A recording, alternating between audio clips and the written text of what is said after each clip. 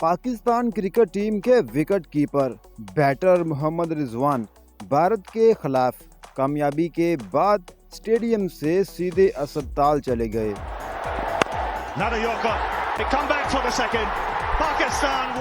Dubai international cricket stadium میں رضوان بھارت کے خلاف ایشیا کپ کے سپر 4 مرحلے کے میچ میں کیپنگ کے دوران گھٹنے کی تکلیف کا شکار ہوئے تھے، لیکن انہوں نے تکلیف کے باوجود بیٹنگ کی اور غیر معمولی اننگز کھیلیں۔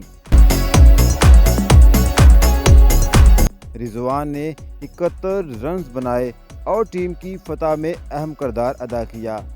محمد رضوان کی دائیں ٹانگ میں شدید کھچاؤ ہے، جس کے لیے فوری طور پر MRI اسکین کرانے کا فیصلہ کیا گیا ہے۔